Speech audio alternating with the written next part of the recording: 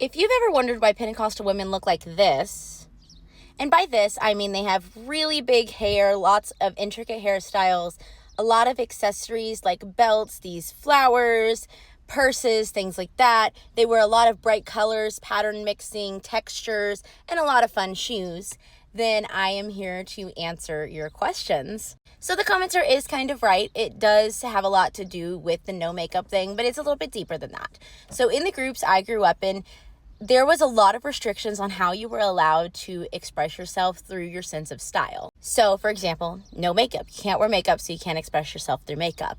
You can't cut or dye your hair, so you can't express yourself through that sense of styling outside of doing intricate hairdos.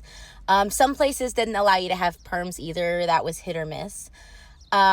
You weren't allowed to wear certain colors depending on where you lived in. I knew people who was against the color red. Depending on where you were at, there were also restrictions on things like open-toed shoes, high heel heights, style of shoes. For example, some places banned platform heels because they looked like stripper heels.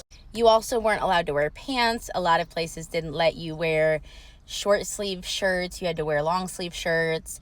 There were sometimes restrictions on how long your skirt had to be. You also weren't allowed to have jewelry, so you couldn't express yourself through jewelry. So essentially there were a lot of restrictions on what you were allowed to wear and the ways you were allowed to express yourself. Also, certain styles weren't allowed. So emo style was not okay.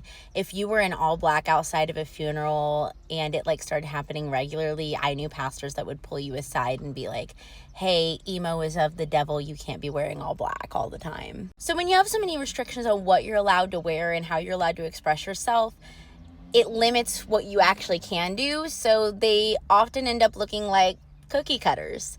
They all are wearing these same very loud outfits, very loud hairstyles, and nothing is wrong with that.